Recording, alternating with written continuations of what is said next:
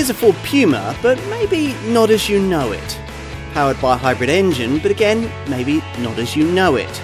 The Puma model line now serves the smallest, most fashionable end of the SUV segment, and its engine isn't in any way full electric. Once you've adjusted to both those things, and taken a long, hard look at what the Blue Oval brand has brought us here, as we're going to do in this film, we think you'll like what you'll find. Frugal, fun and well connected, it fits with the spirit of its time, just as the original Puma model did. We've been waiting a long time for a small crossover that was genuinely good to drive. Well, this is it. Given that the Puma draws so heavily on the car that is a Super Mini class benchmark in this regard, Ford's Fiesta, you could argue that the creators of this SUV didn't have to try too hard in that regard, but they did manage to mess things up with the brand's previous entrant in this segment, the old EcoSport. The Puma is very different. It's slightly impaired, well yes of course it is, by the high-sidedness and by the slight extra weight that afflicts all little SUVs of this kind, but the compromises here have been kept to a minimum, and thanks to suspension embellishments and a pretty great torque vectoring system, the car turns into corners at speed really keenly. Now if you're driving like this, then you'll want to set the selectable drive mode system to the sport mode, which firms up the steering, and you'll enjoy even more the benefits of the electrified tech that has a lot to do with the ready eagerness that we just referenced. Almost all models will be sold with the MHEV mild hybrid engine that we're trying here. It's a variation on Ford's usual 1 litre 3-cylinder EcoBoost petrol unit, which is in this case offered in either 125 or 155 PS guises. Mild hybrid engineering is nothing like as efficient as full hybrid tech, but it doesn't come with a big fat price premium, and it boosts driver feel because it's lighter and it adds a slice of extra pulling power just when you need it.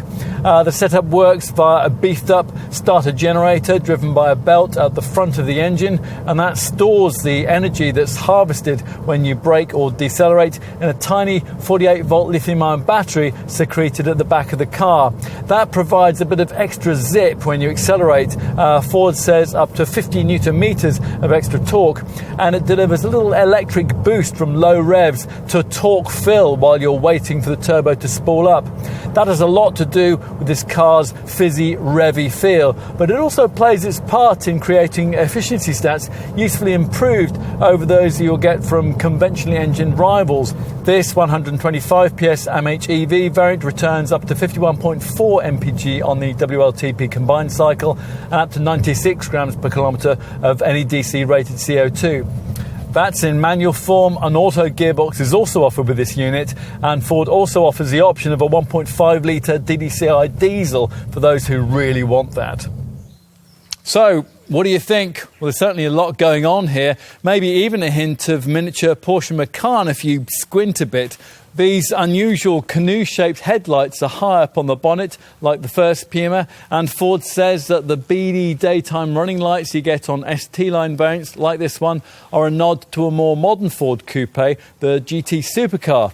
And from the side, well, most compact crossovers have a wedge-style profile, something the designers here deliberately wanted to avoid, hence this more distinctive silhouette with its undulating shoulder line, floating A-pillar, this angled crease which flows up from the front wheel arch, and the exaggerated rear haunches, all disguising the fact that the bits that you can't see come straight from a humble Fiesta. This Puma sits on the same Global B platform as that car, and though, as you may have seen in our driving experience section, the suspension bolted to it is pretty bespoke, the under-bonnet stuff is pretty much identical too.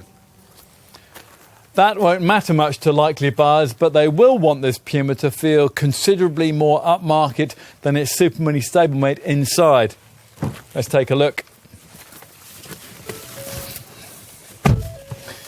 Is it different enough? Well, you decide. There are certainly lots of Fiesta parts carried over, but you do get a bespoke digital instrument cluster screen, and you sit 60mm higher than you would in that car, particularly with pricier variants like the one we're trying here, you might wish that that cabin had less of a super mini ambiance, but the designers have clearly tried to do what they could to give this interior a special and lifestyle orientated feel. Things like the cool silver trimming around the gear knob and the strangely conventional handbrake, and this ST line variant's carbon style fascia finishing, the red highlights around the outer vents and the red stitching.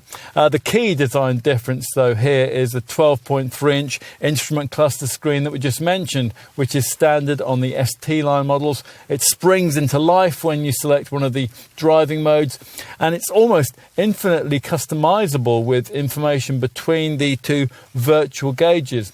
Anything this display can't tell you will probably be covered off by this 8-inch Sync 3 centre dash monitor. It offers helpful shortcut audio, phone, navigation, apps and setting selections at the base of the screen, and it incorporates an excellent quality 7-speaker DAB sound system that is upgradable to a 10-speaker B&O premium setup at affordable extra cost. All-round visibility, that could be better, but there are plenty of places to store things, and there's a brilliant standard of media connectivity with a built-in embedded Ford Pass Connect Wi-Fi modem, plenty of connectivity ports and a standard wireless charging mat. Time to take a seat in the rear.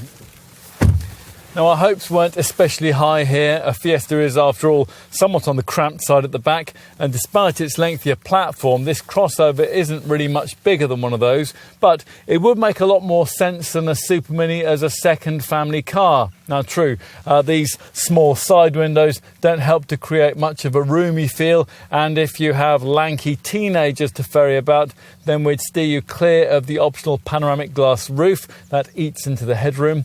Otherwise, though, a couple of 6-footers would be comfortable enough, and that'd be helped by the way that they could slide their big size 10s under the seat in front, although there is less leg and knee room than you get in a segment rival like the Skoda Kamiq or the Volkswagen T-Roc. This hands-free powered tailgate is optional, but you don't really need it because the hatch is light to lift and it opens to reveal something we haven't seen for a very long time: a decently sized boot in a small Ford. This one has a 456 litre capacity, one of the largest in the segment. Now, you might have noticed when I lifted the tailgate that the parcel shelf rises out of the way with it, flat against the tailgate glass.